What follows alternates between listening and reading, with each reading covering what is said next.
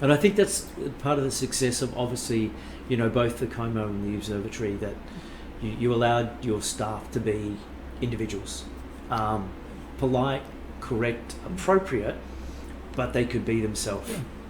And I think I remember when I first came to Australia, I was told, and one of the reasons I got the job was because I was an Englishman, I think, said, oh, you can't train Australians, they're not into service. And I was a bit disappointed at that. And, I came with my training thoughts and everything else. And I remember sitting down with a group of porters and concierge at the Como and saying to them, right now, this is what we want to do. And basically running through the checklist of what I wanted, to make this hotel very personal, make guests feel welcome. And I remember a voice at the back suddenly perked up and said, why Patrick?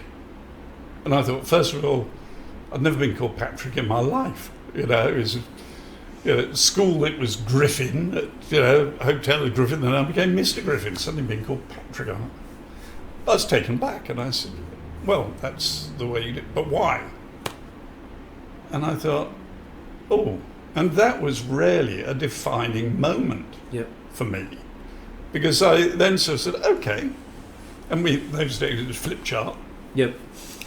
What do you think we ought to do? And I said, well, call them by their name. So you write up, call them by their name. These are things that were all on my checklist. But the staff there, and suddenly the engagement was there, rather than those blank faces who were listening, do this. And in England, that's what they do. They'd sit there, listen, and hopefully they'd do it.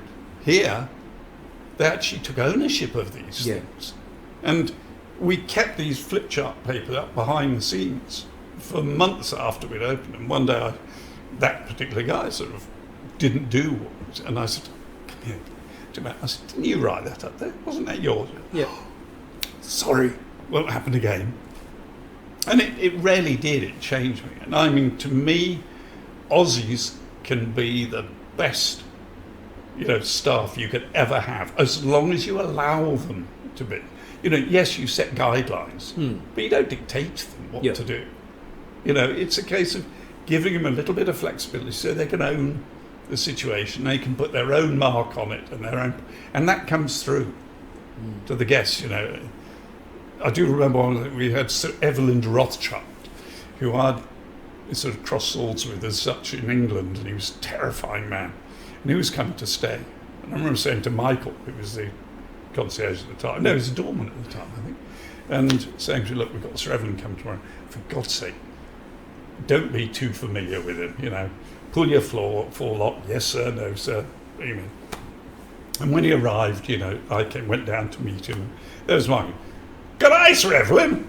How you doing? Sort of thing. He wasn't quite as coarse, rough about, but it was also within a few days, Sir Evelyn was down, stand at his desk, with his jacket off, in his braces. I mean, if he had got detached collar, so he couldn't undo it, chattering away with Michael like I've never seen. Yeah.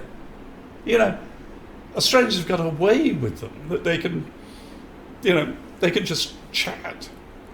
And the people, Prince Charles, when he was out, he was so relaxed. I mean, I've met him in England, and all the formality and everything else. In Australia, he was a different guy. Interesting. Australians are and can be brilliant employees and rarely can deliver on service if allowed to. Yep.